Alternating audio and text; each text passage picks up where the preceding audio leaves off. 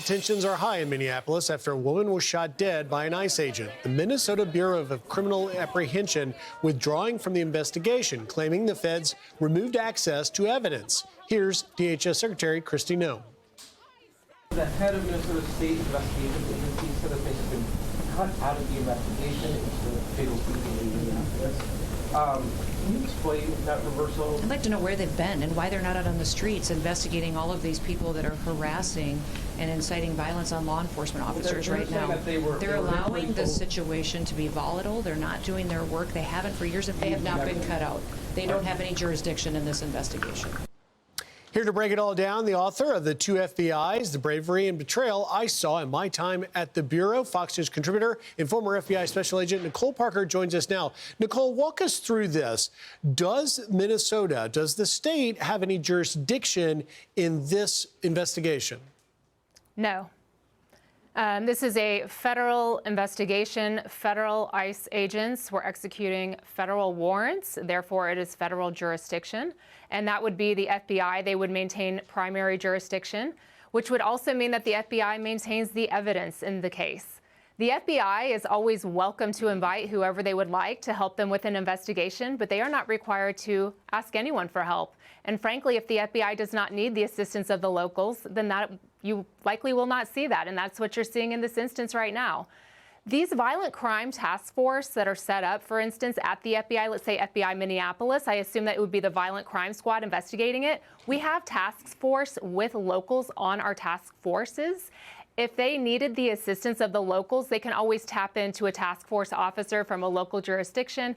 But again, at this point in time, it does not appear that that is the case. When there is an assault on a federal officer, that is under Title 18 U.S. Code Section 111, and that gives the FBI primary jurisdiction to conduct these investigations. And my question is, why are they all of a sudden, the Minnesota, law enforcement and Tim Walz is out there, having a huge fuss about this? All of a sudden, they want to work with the feds. They've never wanted to work with the feds. So all of a sudden, they want to work jointly with the FBI. Where have they been all of this time? They've never wanted to work with the feds. But now when it comes to potentially investigating an ICE agent, they are all over wanting to work with the feds. And if they think that the FBI cannot see that, they absolutely can. Well, and that's exactly what's so perplexing, Nicole, is why the state wants to be part of an investigation after they've already prejudged this ICE agent as guilty, some calling him a murderer. Here's a little bit of Governor Walz and Mayor Frey. Listen here. We have been warning for weeks that the Trump administration's dangerous, sensationalized operations are a threat to our public safety, that someone was going to get hurt. We do not need any further help from the federal government. To Donald Trump and Kristi Noem, you've done enough. What ICE is doing is terrorizing our community. If we're talking about what's inflammatory, on the one hand, you got someone who dropped an F-bomb, and on the other hand, you got someone who killed somebody else. So why do the locals want to be part of this investigation when they are grossly biased in their approach to whether or not ICE is at fault here? Again, based on my experience in working investigations, if there had been a local officer involved in this shooting, I could understand why they might, step in. And I have worked jointly with other local jurisdictions when it involves the feds and the locals. But in this instance, there was no level. They did not even want to be there. This is a sanctuary city. They would not even provide assistance or backup. The locals would not even help the feds. And so all of a sudden, they want this level of cooperation and to work jointly, and they want to see the evidence. And again, let's let the FBI conduct their full investigation. Let's see where the chips fall.